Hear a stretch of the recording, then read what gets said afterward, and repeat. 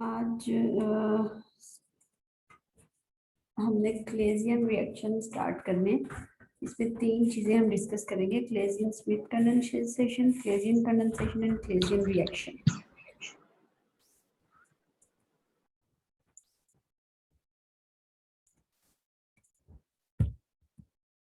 सबसे पहले Claisen Smith condensation. Actually ये एल्डोल कंडेंसेशन की ही एडवांस फॉर्म है। इसमें क्या होता है कि कंडेंसेशन होती है बिटवीन एन एरोमेटिक एल्डिहाइड। अब जो एरोमेटिक एल्डिहाइड होगा उसके पास अल्फा हाइड्रोजन नहीं होगा, और साथ में उसके एक एलिफेटिक एल्डिहाइड्रोकीटोन होगा जिसके पास के अल्फा हाइड्रोजन होगा, और जो एज ए न्यूक्लियोफाइल एक्ट करेगा और अटैक करेगा ऑन कार्बन और कार्बन ऑफ एरोमेटिक एल्डिहाइड। तो ये एडवांस फॉर्म है एल्डोल कंडेंसेशन की, उसी का जो है वो फर्दर एक्सटेंशन कह सकते हैं आप इसको। मैकेनिज्म इसका सेम उसी तरह से होगा। ये मोस्टली बेस कैटलाइज्ड कंडेंसेशन होती है। बेस की प्रेजेंस में एलिफेटिक एल्डिहाइड या कीटोन जो है वो न्यूक्लियोफाइल जनरेट करता है, इनोलेट आयन बनता है और वो अटैक करता है एरोमेटिक एल्डिहाइड पे। और एरोमेटिक एल्डिहाइड जो है उसके साथ अटैच होके फिर इनोल प्रोडक्ट बनाता है, जिसकी फर्दर डिहाइड्रेशन होती है, वाटर मॉलिक्यूल रिमूव होता है और आपके पास अल्फा बीटा अनसैचुरेटेड एल्डिहाइड या कीटोन बनेंगे अलोंग विद एरोमेटिक सब्स्टिट्यूशन।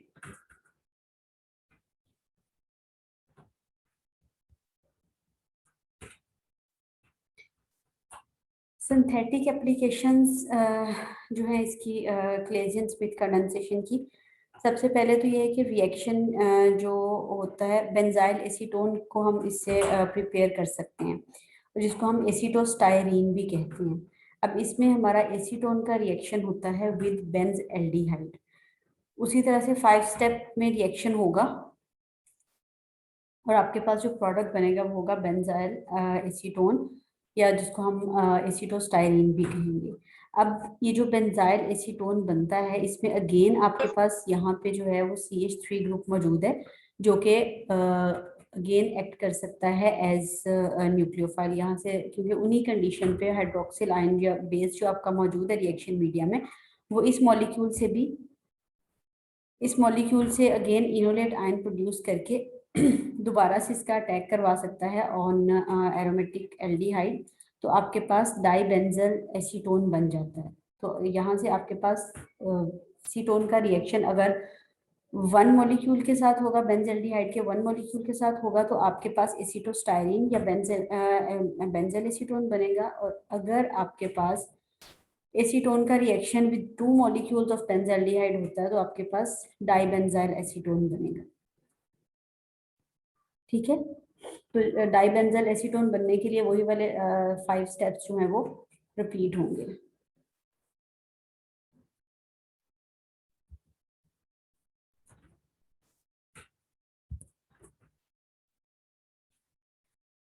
उसके बाद नेक्स्ट है इसका कि इससे आप बेंजल एसीटोफिनोन बना सकते हो। वो किस तरह से बनता है कि बेंज एल्डिहाइड का रिएक्शन होता है विद एसीटोफिनोन। अब इसमें दोनों ही एरोमेटिक रिंग के साथ जो है वो आ रहे हैं, तो इसमें बेंज एल्डिहाइड और एसीटोफिनोन का रिएक्शन होता है in the presence of base, और फाइनल प्रोडक्ट जो आपके पास बनता है उसको हम बेंजल एसीटोफिनोन कहते हैं, या बेंजल डी हाइडीफिनोन भी कहते हैं उसको।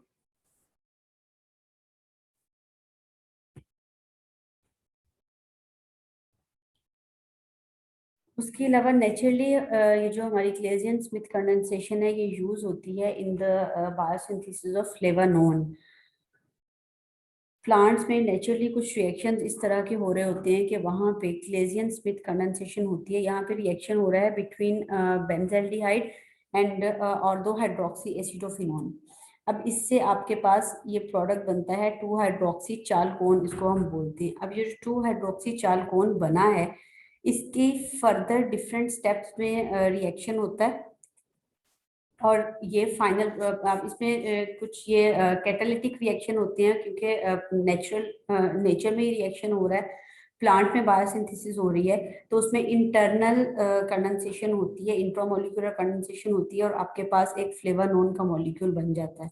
इसका आपको मैकेनिज्म करने की जरूरत नहीं है, जस्ट इसको जो है वो आपने इसकी सिंथेटिक एप्लीकेशन में हम इसको, क्योंकि ये प्रोसेस हम जब हम फ्लेवानोन को सिंथेटिकली प्रिपेयर कर रहे हैं लैब में या इंडस्ट्रीज में, हम उसको यूज कर रहे हैं फ्लेवानोन, क्योंकि फ्लेवानोन जो है इनकी बायोलॉजिकल इंपॉर्टेंस बहुत ज्यादा है। ये बहुत अच्छे एंटीऑक्सीडेंट्स होते हैं, इस वजह से डिफरेंट मेडिसिन में यूज होते हैं। तो इसलिए जो है वो फ्लेवानोन को हम अगर बायोसिंथेसिस भी उसकी हो रही है या उसको हम लैब में सिंथेसाइज कर रहे हैं तो वहां पे आपके पास जो है ये क्लेजियन स्मिथ कंडेंसेशन कहीं ना कहीं पे इन्वॉल्व होती है।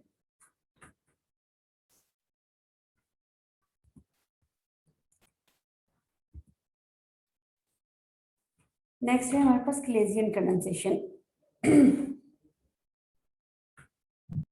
अब ये भी हमारी बेस कैटालाइज्ड कंडेंसेशन है, लेकिन ये सेल्फ कंडेंसेशन है ऑफ एस्टर। अब एस्टर वो वाला एस्टर होगा which is having alpha hydrogen, और उससे जो प्रोडक्ट हमारे पास बनेगा वो हमारे पास बीटा कीटो एस्टर बनेगा। अब ये जो बीटा कीटो एस्टर है आपका, ये आप इसको हम एक्टिव मिथाइलिन कंपाउंड्स में हम डिस्कस कर चुके हैं कि एक्टिव मिथाइलिन कंपाउंड्स में हमारे पास जो है वो एक ऐसे भी आते हैं जिनमें एक साइड पे एस्टर ग्रुप और एक साइड पे कीटो ग्रुप होता है। तो इनकी फर्दर जितनी भी हमने एक्टिव मिथाइलिन के रिएक्शंस पढ़े थे वो सारे के सारे इसकी सिंथेटिक एप्लीकेशंस में आ सकते हैं। अब क्लेजियन कंडेंसेशन भी या तो हमारे पास सेल्फ कंडेंसेशन होती है एस्टर की, या हमारे पास क्रॉस्ड कंडेंसेशन या मिक्स्ड कंडेंसेशन होती है। अब क्रॉस कंडेंसेशन यहाँ पे भी बिल्कुल उसी तरह से होगी जिस तरह से एल्डोल कंडेंसेशन में हो रहा था। अगर तो आपके पास एल्डोल कंडेंसेशन सॉरी जो क्रॉस कंडेंसेशन हो रही है, क्रॉस क्लेजियन कंडेंसेशन हो रही है, उसमें दोनों एस्टर्स ऐसे हैं जिनके पास के अल्फा हाइड्रोजन मौजूद है, तो आपके पास मिक्सचर ऑफ प्रोडक्ट बनेगा। लेकिन अगर आपके पास तो जाहिर है जब मिक्सचर ऑफ प्रोडक्ट बनेगा उनको सेपरेट आउट करना मुश्किल है, तो इसलिए क्रॉस क्लेजियन कंडेंसेशन वहां पे उसकी कोई बहुत ज्यादा इंपॉर्टेंस नहीं रह जाती। लेकिन जब हम क्रॉस क्लेजियन कंडेंसेशन करते हैं जिसमें एक मॉलिक्यूल जो है उसमें अल्फा हाइड्रोजन मौजूद हो और दूसरे में अल्फा हाइड्रोजन मौजूद ना हो, तो उस वक्त हमारे पास एक सिंगल प्रोडक्ट बनता है, और उस वक्त ये क्रॉस क्लेजियन कंडेंसेशन हमारे पास सिंथेटिकली बहुत इंपॉर्टेंट होती है।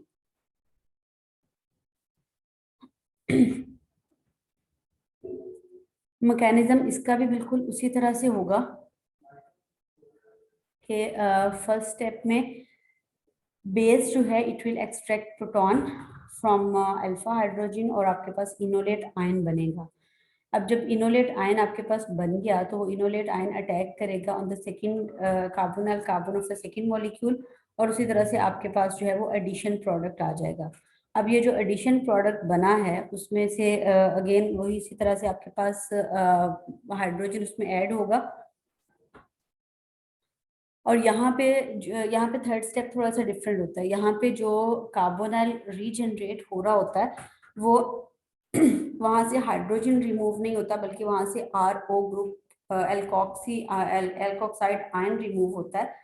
अब ये जो एल्कोक्साइड आयन है जो कि रिएक्शन मीडिया में ऑलरेडी हाइड्रोजन हमने एक्सट्रैक्ट किया था स्टार्ट में, तो ये उसके साथ मिलके अल्कोहल्स प्रोड्यूस कर देता है। हमने जब कंडेंसेशन की डेफिनेशन की थी तो उसमें हमने ये कहा था कि हमारे पास जो कंडेंसेशन एक ऐसा रिएक्शन होता है जिसमें दो मॉलिक्यूल्स ऐड हो रहे होते हैं with the removal of small molecule like water और अल्कोहल। तो जो क्लेजियन स्मिथ कंडेंसेशन है उसमें आपके पास अल्कोहल रिलीज होता है, वहां पे वाटर आपके पास रिलीज नहीं होता।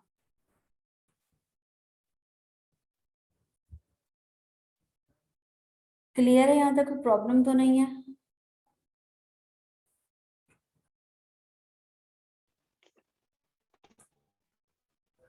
नो में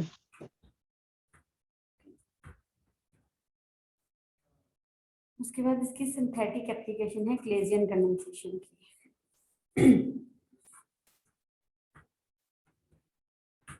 अब इसमें सबसे पहले इसके बायोलॉजिकल इंपॉर्टेंस है। क्लेजियन कंडेंसेशन जो है जो बायोलॉजिकल रिएक्शन है, जो नेचुरली डिफरेंट रिएक्शंस हो रहे होते हैं फॉर जब प्लांट सबसे, क्योंकि प्लांट में पहले जो है वो कार्बोहाइड्रेट्स, प्रोटीन्स जो हमारे बेसिक या जिनको हम प्राइमरी नेचुरल प्रोडक्ट्स कहते हैं वो बनते हैं। उसके बाद उनसे फर्दर जो है वो प्लांट बायोसिंथेसाइज करता है डिफरेंट प्रोडक्ट्स, जिनको हम प्लांट सेकेंडरी मेटाबोलाइट्स कहते हैं, जिनमें आपके पास टर्पीन्स आ जाते हैं, फैटी एसिड्स हैं, आपके पास स्टीरॉइड्स आते हैं।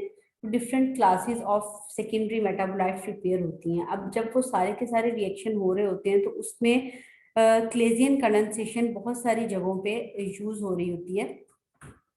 जो मोस्ट इम्पॉर्टेंट इसका रिएक्शन है क्लेजियन कंडेंसेशन का, it help in making a chain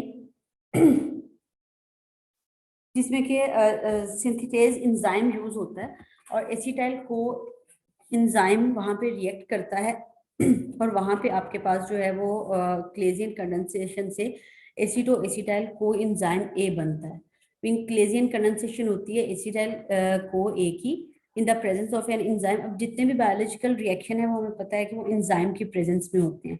अब एंजाइम वहाँ पे एज ए कैटालिस्ट एक्ट करते हैं और आपके पास ये जो है वो एसिटाइल को ए से एसिटो एसिटाइल को एंजाइम ए बनता है, जो कि फर्दर डिफरेंट प्रोसेसेस में इन्वॉल्व होता है। स्टेरॉइड्स और ट्रिप्टीन्स और फैटी एसिड की बायोसिंथेसिस जो एक्चुअली स्टार्ट होती है वो एसिटाइल को ए से ही होती है।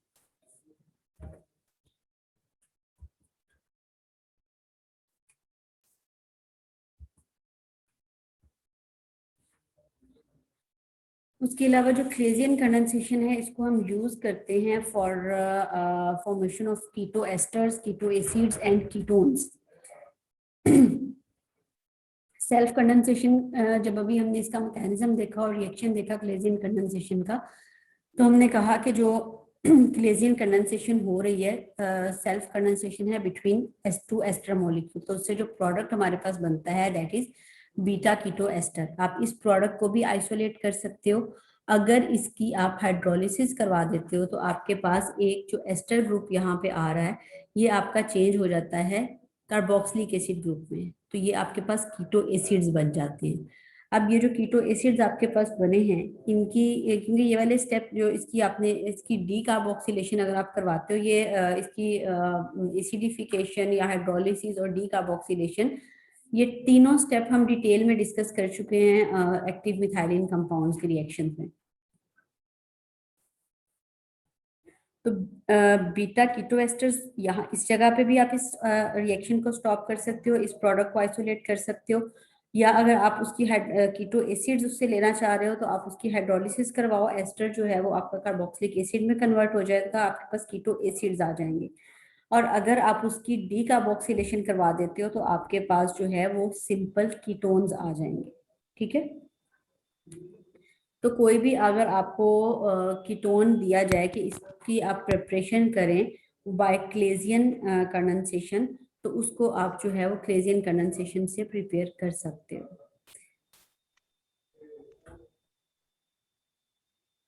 अब इसमें देखें आपने स्टार्ट में 5 कार्बन वाला एस्टर लिया था, ठीक है, तो आपके पास जो प्रोडक्ट है वो आपके पास 5 कार्बन वाला कीटोन ही बना है। मीन जो आपका रिएक्टेंट बन रहा है, जो आपको रिएक्टेंट पेपर में दिया हुआ है बनाने के लिए, उससे आप आइडिया कर सकते हो कि आप कौन सा स्टार्टिंग मटेरियल जो सॉरी आपको अगर प्रोडक्ट दिया हुआ है तो उससे आप स्टार्टिंग मटेरियल या उसके रिएक्टेंट का आइडिया करके उसको इजीली सिंथेसाइज कर सकते हो।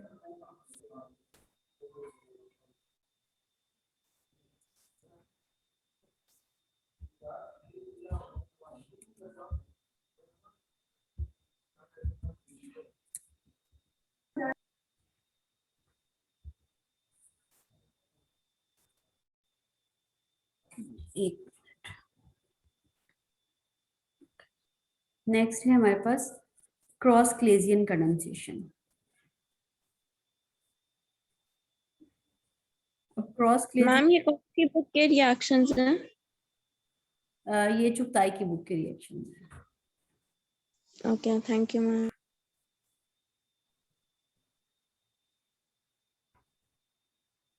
क्रॉस क्लेजियन कंडेंसेशन हम मोस्टली वो वाली आपकी क्रॉस क्लेजियन कंडेंसेशन इंपॉर्टेंट होती है जहाँ पे एक रिएक्टेंट के पास अल्फा हाइड्रोजन मौजूद हो और दूसरे के पास अल्फा हाइड्रोजन मौजूद ना हो।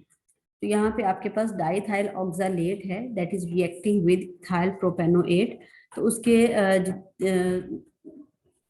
डिफरेंट स्टेप्स जो उसके उसमें इन्वॉल्व है, उसके बाद हमारे पास प्रोडक्ट बन रहा है डाइथाइल 3-मिथाइल 2-ऑक्सोब्यूटेन डाइओएट। तो ये जो डिफरेंट हमारे पास प्रोडक्ट बनते हैं, इनको डिफरेंट केमिकल इंडस्ट्रीज में हम इन रिएक्टेंट्स, इन प्रोडक्ट्स को, इन केमिकल्स को हम यूज करते हैं फॉर डिफरेंट पर्पसेस।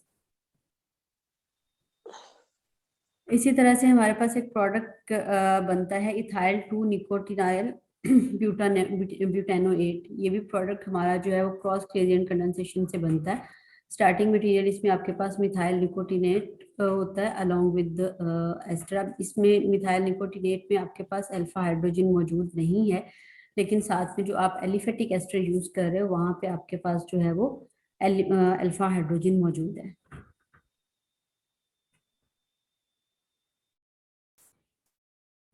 ये वाले जो रिएक्शंस हैं इनकी आप रिएक्शन मैकेनिज्म करके देख लें अगर किसी में कोई प्रॉब्लम हुआ, क्योंकि बेसिक मैकेनिज्म आपके साथ मैंने डिस्कस कर लिया वो वही वाला है। अगर किसी रिएक्शन के मैकेनिज्म में कोई प्रॉब्लम हुआ या वो प्रोडक्ट नहीं बन रहा तो उसको आप जो है वो डिस्कस कर लीजिएगा, उसको देख लेंगे।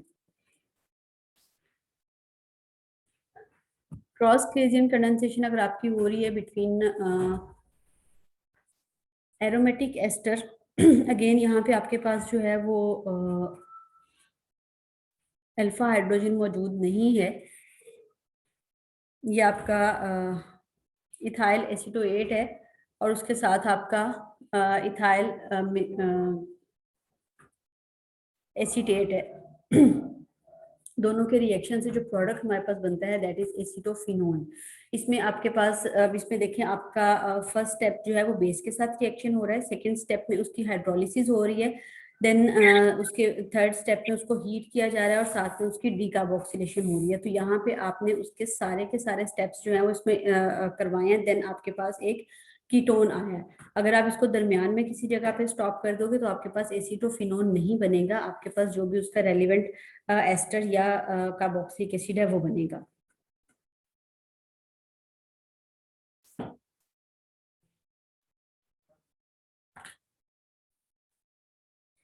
अब सेम आपके पास रिएक्टेंट है। फर्स्ट जो रिएक्शन है उसमें हमने कहा कि हम उसकी डीकार्बोक्सिलेशन तक उसको लेके जा रहे हैं, लेकिन जो सेकंड रिएक्शन है उसमें हम उसको डीकार्बोक्सिलेशन नहीं करवा रहे, ना ही हम उसकी हाइड्रोलिसिस करा रहे हैं। सिंपल उसका मैकेनिज्म है कि सेल उसकी आपस में क्रॉस ग्रेडिएंट कंडेंसेशन हो रही है, तो आपके पास जो प्रोडक्ट बनेगा that will B ethyl benzoyl acetate. Mean different product आप क्रॉस ग्रेडिएंट कंडेंसेशन में अटेन कर सकते हो अकॉर्डिंग टू योर रिक्वायरमेंट।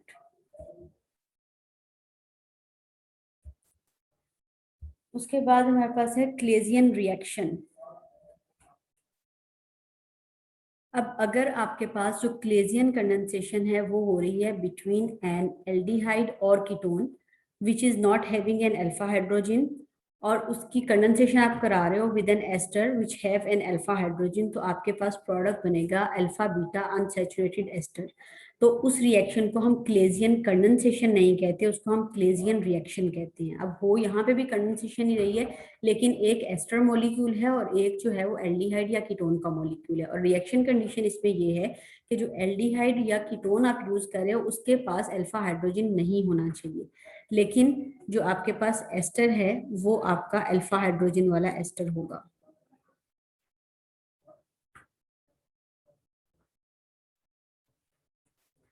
आवाज का प्रॉब्लम किसी एक को है या सबको है? मैम आवाज आपकी आ रही है। आ रही है, फिर जिसको नहीं आ रही उसके नेट का इशू है।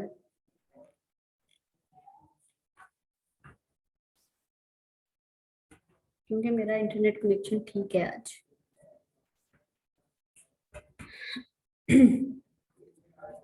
क्लेजियन रिएक्शन जो है ये आपकी क्लेजियन कंडेंसेशन की ही एडवांसमेंट या उसकी वेरिएशन है। मैकेनिज्म इसका भी सेम उसी तरह से होगा। इसमें चूंकि एक मॉलिक्यूल आपके पास ऐसा है, सिर्फ एस्टर ऐसा है जिसके पास अल्फा हाइड्रोजन है, तो एस्टर ही आपका एक्ट करेगा एज न्यूक्लियोफाइल, उसका ही इनोलेट आयन बनेगा और वो अटैक करेगा ऑन एल्डिहाइड और कीटोन जो आप साथ में यूज कर रहे हो, और आपके पास आफ्टर रिमूवल ऑफ वाटर आपके पास जो प्रोडक्ट बनेगा that will be alpha beta unsaturated ester, जिसकी कि आप फर्दर हाइड्रोलिसिस और डिकार्बोक्सिलेशन अगेन करवा सकते हो।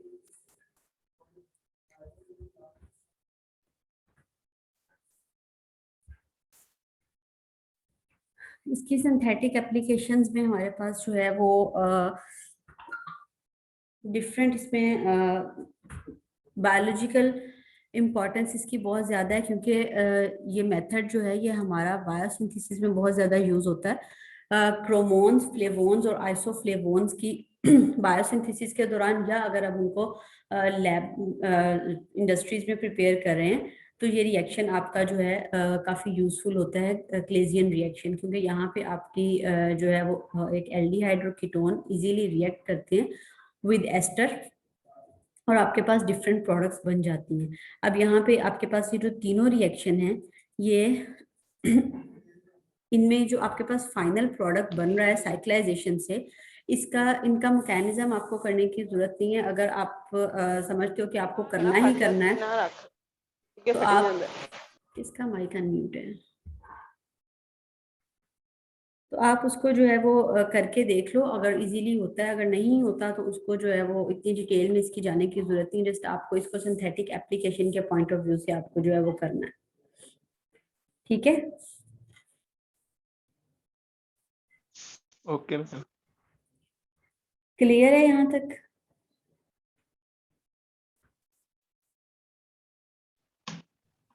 मैम एप्लीकेशन जो है वो दो ही कर सकते हैं, या मतलब कि अब थोड़ी डिफिकल्ट भी होती है ना, कंपाउंड्स डिफरेंट, भाई एक दो काफी हैं हर देखिए, रिएक्शन के? मेरा ख्याल है कि एप्लीकेशन एक दो भी काफी हैं, लेकिन ये है कि एक दफा उनको जो है वो आप गो थ्रू जरूर करें। ऐसा नहीं है कि उसको बिल्कुल छोड़ दें, आप उसको गो थ्रू लाजमी करें कि उसमें जो है वो दिया क्या हुआ है करने के लिए, ठीक है, या उसमें जो है वो कौन कौन सी, क्योंकि कुछ एप्लीकेशन ऐसी हैं